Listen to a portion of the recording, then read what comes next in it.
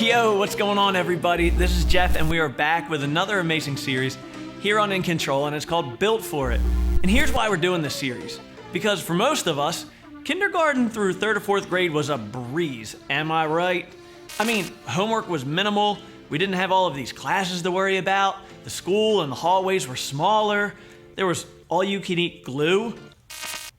Were we not supposed to eat the glue? But now that we're in middle school, we're starting to realize the realities of the world. And more adult kind of stuff is kind of creeping in, right? I mean, I remember my 7th grade year, it was an absolute mess, and I'm not gonna get into it with you, but what I can tell you is that stuff is gonna happen. But don't worry, because we're built for it. We just gotta find and learn about ways to deal with it. So that's what we're talking about today and in the next couple of videos. So sit back, relax, and put your conversations on hold as we jump into part 1 of Built For It here on In Control.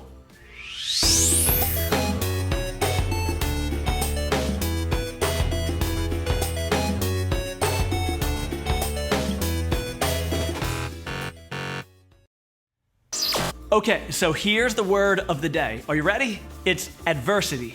It means being in a state of difficulty or misfortune. Here's an example that you might get. You ever play the game Chutes and Ladders when you were little? Well, if you haven't, the game kind of goes like this. All you have to do is spin this little wheel, and it tells you how many spaces to move forward. If you land at the bottom of the ladder, your little guy or girl can kind of climb up the ladder like a shortcut and jump ahead a bunch of spaces. But if you land at the top of a chute or a slide, all the way back down to the beginning. So like you could be really close to the end of the game and you could be about to win and you hit a chute and you have to go all the way back to the beginning. And isn't life kind of like that? Like every time you think things are going well and you're starting to get ahead of the game, like you're doing really good on all of your tests and you're getting along with your friends and everything's going great, and then boom, something bad happens. You ever feel that way? Well, I know I did. Or should I say do, because here's the bad news that we're gonna try to turn into good news and we'll put it in game changer format for you. Nobody is immune to adversity. In other words, bad stuff happens to everyone.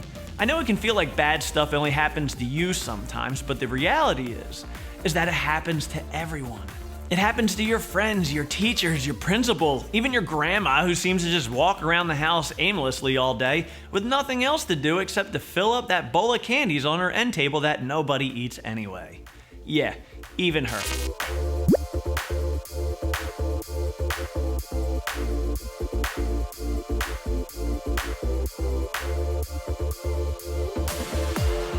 Bad stuff happens. And I know this can kind of sound like a Debbie Downer sort of thing, but research actually shows that knowing that bad things are going to happen from time to time is the first key in building something called resilience. Resilience is the ability to come back from a hard experience.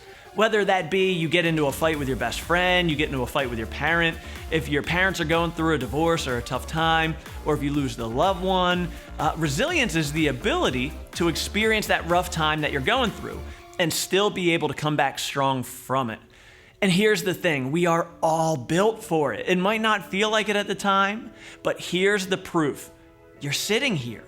You're sitting here, right now. No matter what you've been through or the tough times that life has thrown at you, you made it and you will continue to make it. Why? Because you're built for it.